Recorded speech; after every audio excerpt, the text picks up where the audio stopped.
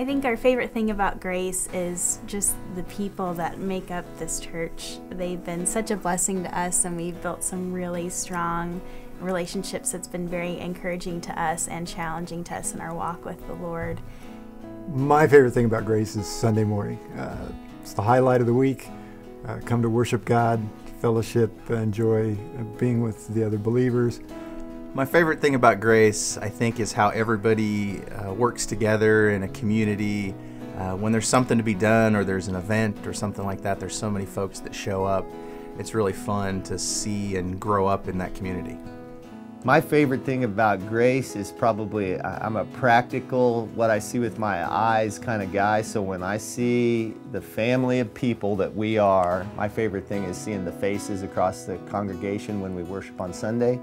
My favorite thing is seeing the kids when we're at VBS or Sunday school, and seeing some lives that have been down and God's worked to bring them up, other lives that have been up and God's working in tough spots in their life now, and other lives where you just see on their face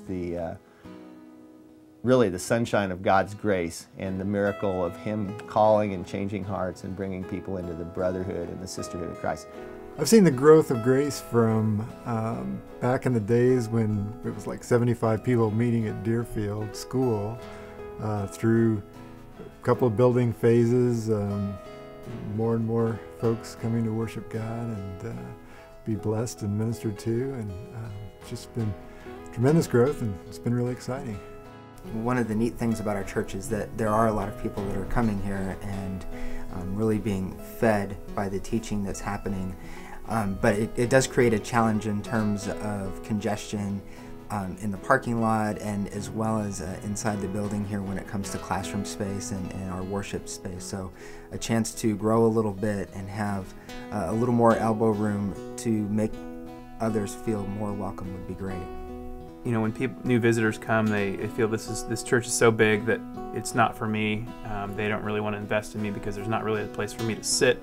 So they're probably turned off and might move on and find something somewhere else to go.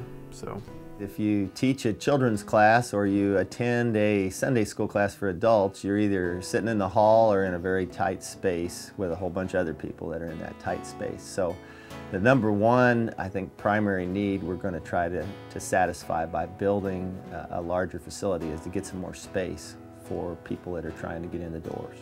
If you come in and you're forced to sit in the front row and you're new, that's rather uncomfortable, or if you come in and you're forced to stand in the back, that's rather uncomfortable. So I think more space creates more comfort, creates more opportunity for folks who just don't go to church to feel, oh, this is a comfortable place to come, this is an inviting place to come. Yeah, I think the ability to have more space and do more ministry will afford the opportunity for more people to be involved and more people to feel comfortable in the body.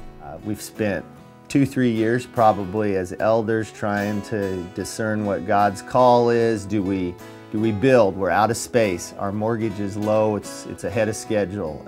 From those kind of measurements, we've got a green light to say it seems like God's calling us to put some more space up so more people can get in to the Grace family.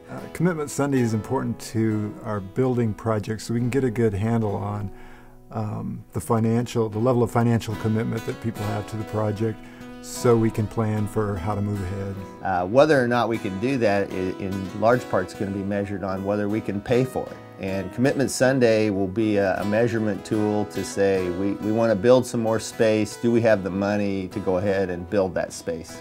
I think Commitment Sunday is important mainly for folks to get excited and know about the opportunity to help out. I think, like everything else here at Grace, God will provide abundantly regardless of our best efforts. So I think it'll be another opportunity to see God work.